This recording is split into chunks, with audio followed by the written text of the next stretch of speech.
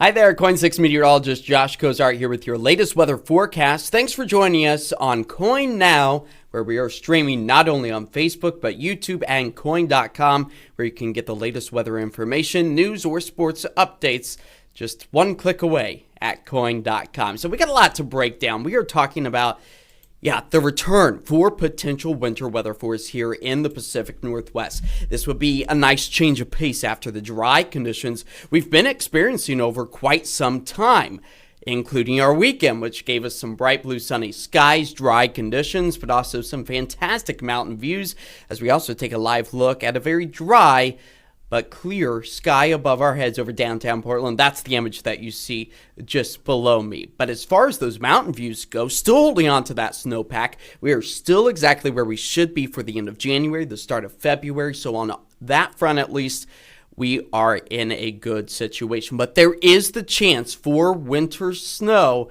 to potentially take aim at parts of the Portland-Vancouver area. So this KOIN Now will be kind of diving into that potential. Keep in mind, it's still about a week or so out. We'll discuss that timeline in detail as well. But if you happen to have any questions, feel free to leave a comment below. Share this video. That way your friends and family members can be up to date with the latest information. And the beauty of this being live is you get to chime in. We can have a discussion, make it more interactive with one another. And we'll try to get through this forecast together because there is a lot to unfold. So let's first start off with just the beautiful views. Let's take a deep breath in preparation for that winter weather as we move our way deeper into the winter season. But like I mentioned, good snowpack still remaining with live looks, or I should say views out over Mount Hood and Mount St. Helens. So just to kind of break down exactly where we should be for the end of January, the start of February, 96 inches, historically speaking, for Timberline Lodge. Right now we're at 99. We've slowly seen that chisel down over the past week to 2 weeks or so, just because we have not seen any new snow building up over those mountain locations. Now, I had some friends who were just up on Mount Hood out towards Meadows the other day. They said, the snow wasn't the light, fluffy stuff that you might come to think of when you see accumulative snow happening so frequently. They said a lot of it's kind of icy, which is what I anticipated, because you're getting the melting during the day, then refreezing at night, so it's just kind of turning into a sheet of ice. Maybe less than ideal. It's not that white powder that so many of us dream of, but at least it's stable, because you got to keep in mind a lot of our moisture for the entire year is really kind of locked in to one spot where we like to see it over those locations. So that's the good news for us, is that we do have that available moisture when we are talking about the snowpack. So that's good news. We like to see that. You can see the past 24 hours not really bringing us any accumulative snow for many of our ski resorts, but the base layer, again, sitting at a very healthy level, not just for Timberline Lodge, but Meadows as well, Ski Bowl, Bachelor just the same. A live look out towards the Timberline Lodge area, where you still see that snow kind of piling up around the entrance, just really kind of that classic view for us as well. Now that snow, it's sticking around because of those temperatures falling back into the 20s in many cases. These were some of our early morning lows on Monday. So Portland, you fell to 25 degrees, Hood River 19, and over the higher terrain, we're talking about single-digit temperatures out towards Redmond at only 7 degrees, and even seeing those below freezing conditions out along the coastline. 27 for Tillamook, Newport, 37, so you were above the freezing mark, but nonetheless, definitely feeling like winter from the coast to the Cascades and everywhere in between. And this cold weather early morning trend, well, it will be taking us through the next several mornings, which we'll dissect here in just a moment. But with all of the frosty conditions, that's leaving some interesting views. So this was an image that I took out towards the Council Crest area over the West Hills in Portland. And you'll notice the ice structure on the grass. This was taken at about 3 or 4 o'clock in the afternoon back on Sunday. So the shady spots, even up at elevations close to 500 to 1,000 feet, still holding on to the ice and the frost well into the afternoon. Of course, this was a shaded area. There were a lot of trees. I was able to see this. But this is known as hoarfrost, H-O-A-R. This is your little kind of learning bit for the day. So hoarfrost basically develops when you have the clear nights and you have very cold conditions. So what happens is you get the dew, which we would typically see in an early morning, maybe during the summer months when we have the available moisture.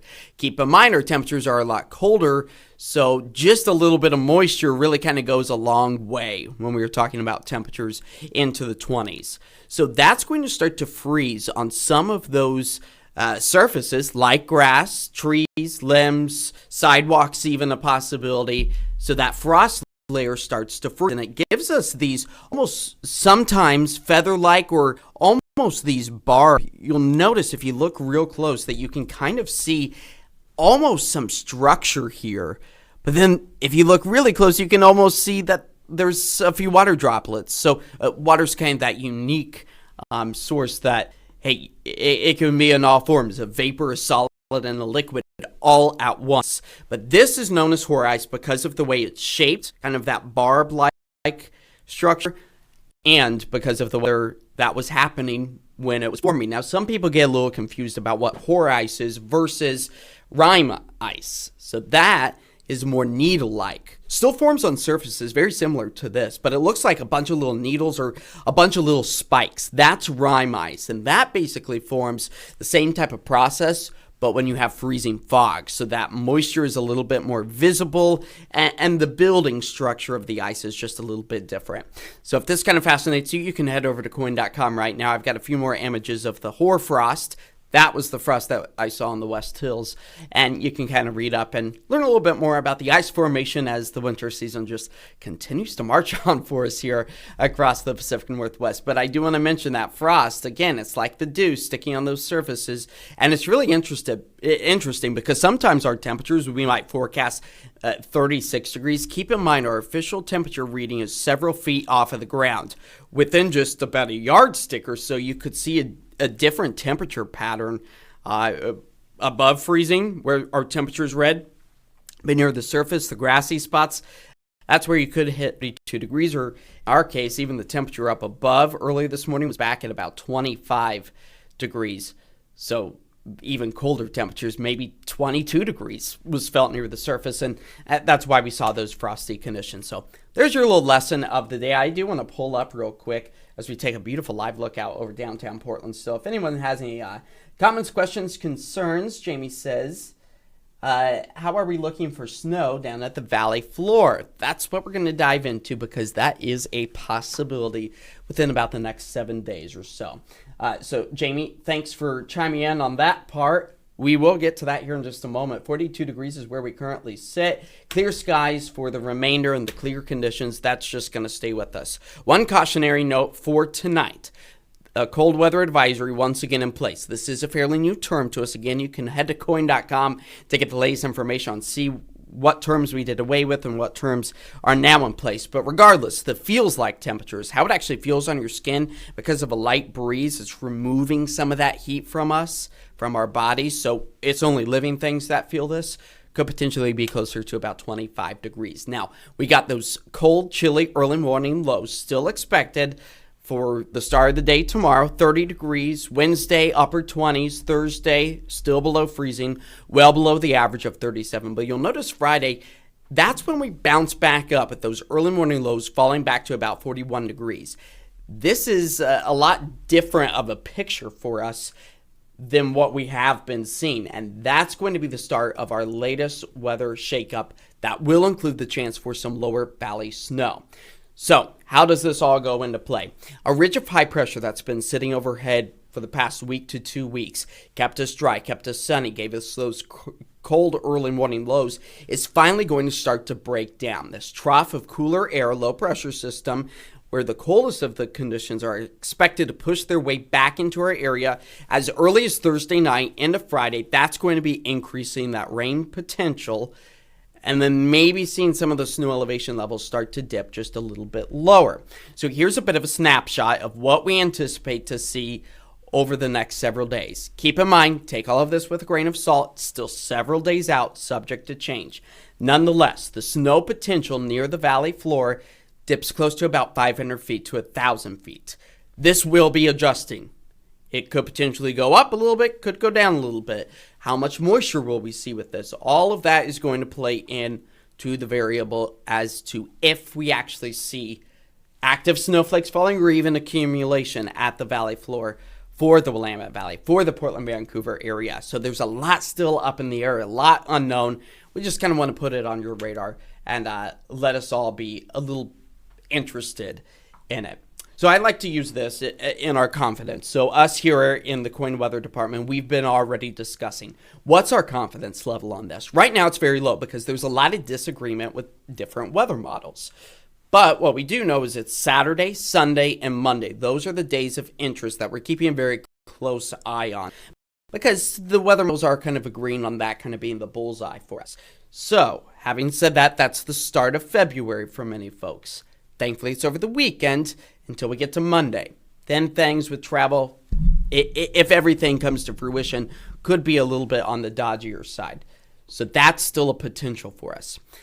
Now, we don't necessarily know the timing of when all of this will start, when the cold air is expected to dive in. There's a lot of different scenarios. By the time we get to Wednesday, we'll likely have a little bit better of an idea, and this confidence will likely go up. Now, just because the confidence goes up doesn't necessarily mean that the snow chance goes up. We could be confident that we could see absolutely nothing at all. That is very much so still on the table. So we'll just continue to kind of keep our eyes on this weekend and the start of next week. Let's go ahead and talk about those differing weather models. So we have several that I kind of like to call the HD version.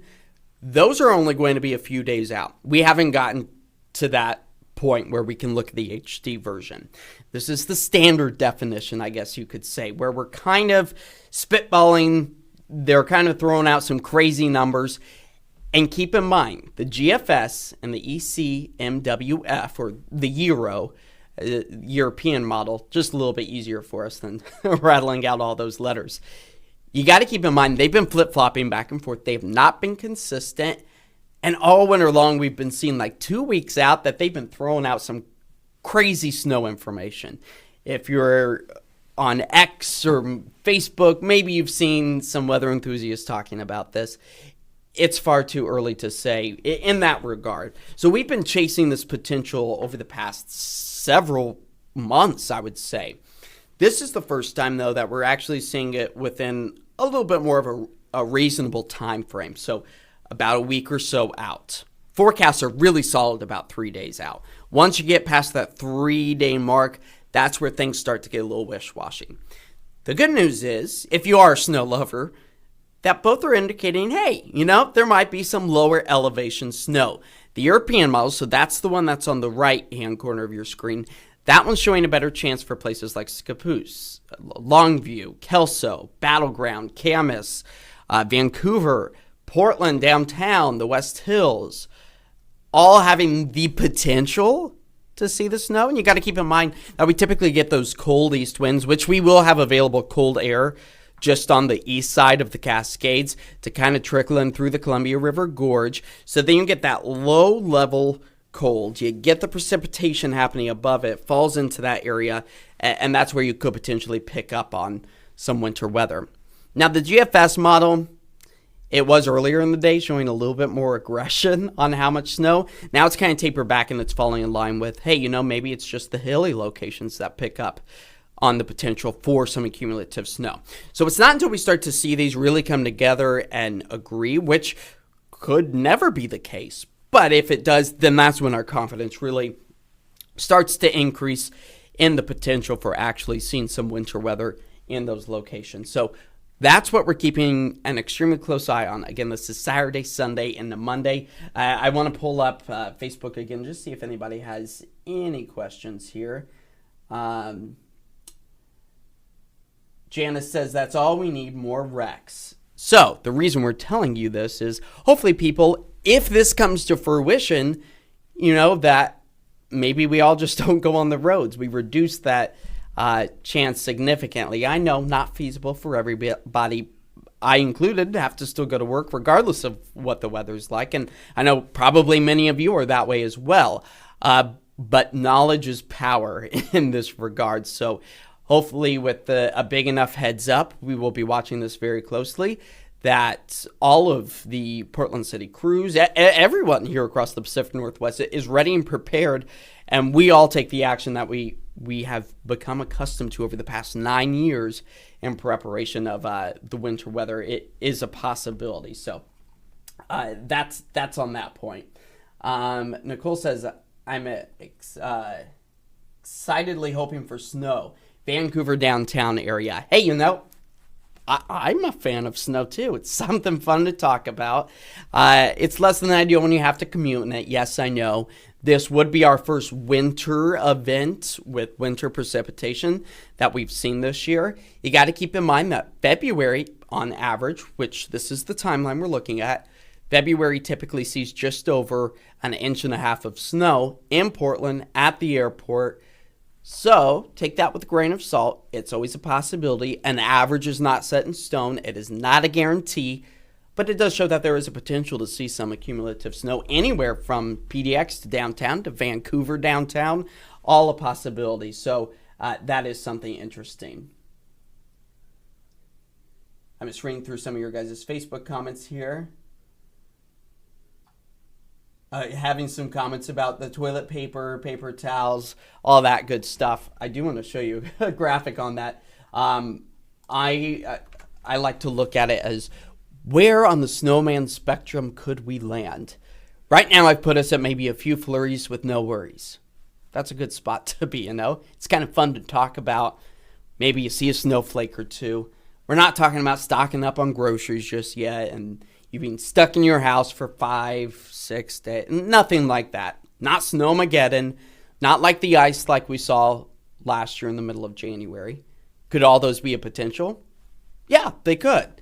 We just got to pack our patience. Wait until we get to about the middle of this week. We'll have a better idea of what we're actually looking at. What I do know and what I'm confident about is that we will see some rain Thursday into Friday. Temperatures at that point will be on the warmer side, so we won't necessarily have that potential to pick up on maybe some of this snow potential, because when the cold air comes in, you got to keep in mind it cuts down that available moisture significantly as well.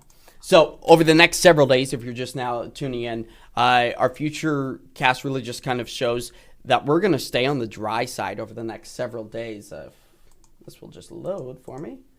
Let's see here. Okay, sure. Computers, you gotta love them. It's a Monday. It says hello. I need to get myself into gear. So yeah, as this loads, we're basically going to be staying dry over the next several days. So enjoy the sunshine. Enjoy it while it lasts. We've kind of been spoiled. We need the rain because the rain deficit has now grown to over 2 inches. So we would like to see the return of that. But overall, we really are expecting to see a bit of a weather pattern change up compared to what we have been seeing so far in January. It's been a very dry month for the mountains, for the Cascades.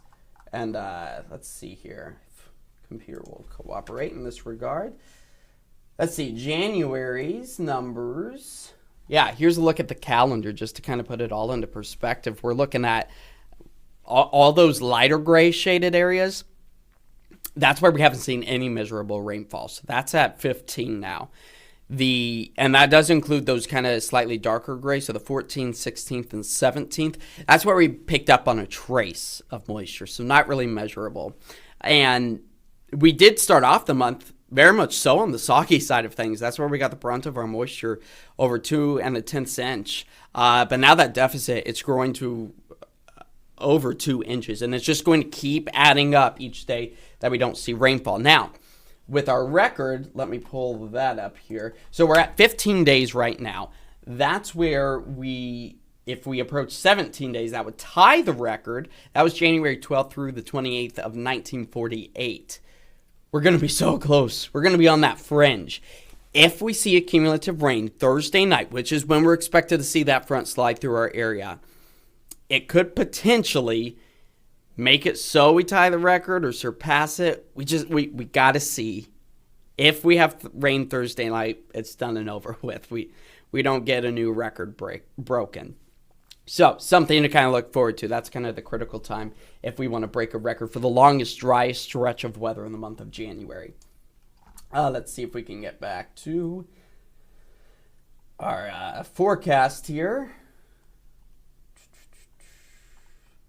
All right, so let's look at our future cast just to give us a bit of a heads up on what we should anticipate as we work our way through the next several days. Because it's going to be dry, sunny, cold tonight into tomorrow morning. That's where we are going to pick up on a bit of a northeast breeze. You can see that those skies still cloud-free. Wednesday morning, maybe some patchy fog here and there, low impact, primarily for the central southern sections of the Willamette Valley. And then those clouds, they start to creep in with the marine layer along the coast. This is Wednesday evening, and it only increases from there. So tonight, we stay dry, we stay clear, we stay cold. Temperatures falling back to the 30s. Keep the ice scraper close at hand, not only for tomorrow morning, but over the next several mornings. As tomorrow, we see the return of the sun, temperatures into the mid-50s, the I-5 corridor, upper 40s further to the south. Low 50s for us here in Portland. Keep in mind our average daytime high temperature this time of year, right around 50 degrees or so. Out towards the east, also picking up on those temperatures into the low 40s. Plenty of sunshine for us. And then the higher terrain, even getting up into the mid-40s with another dose of sunshine. So here's your 7-day forecast. We'll take this big for you so you can see it in all of its glory. That's where we expect to hold on to the sunny skies all the way through the Lunar New Year, which is on Wednesday. Start of the year of the snake. And then we see that fringe of could a record be broken for the longest, driest streak of weather in the month of January. That's all up in the air for Thursday. And then Friday, likely going to be seeing those soaking winter rains once again return. It's Saturday, Sunday, and Monday. That's kind of the day that we're honing in on of could we potentially see some winter-like weather. The potential's there. Daytime highs getting a little bit cooler. Overnight lows falling close to freezing. You can get accumulative snow or any type of snow to come to fruition, even if it's not below freezing. We've seen that happen. It's a very real scenario. So our confidence right now, extremely low. By about Wednesday, we'll start to increase our confidence, whether the confidence be seeing snow or seeing no snow. At least we'll be confident one way or the other. So that's something that you want to be mindful of. Stay with us here in the KOIN Weather Department. We're going to take you through every step, every day. There will be more clarity with Kelly Barron in the morning. And then we got Jamie and Kelly and Steve at the noon, and then me through the evenings for the rest of the week. So we will just continue to keep a watchful eye on this. So thank you so much for joining us on this KOIN Now special event as winter weather potentially takes aim at much of the Pacific Northwest. Again, you can find your latest weather forecast at KOIN.com at any time. Or you can watch The 10 tonight on Portland CW at 10 o'clock or KOIN 6 News starting at 11. We'll see you guys there.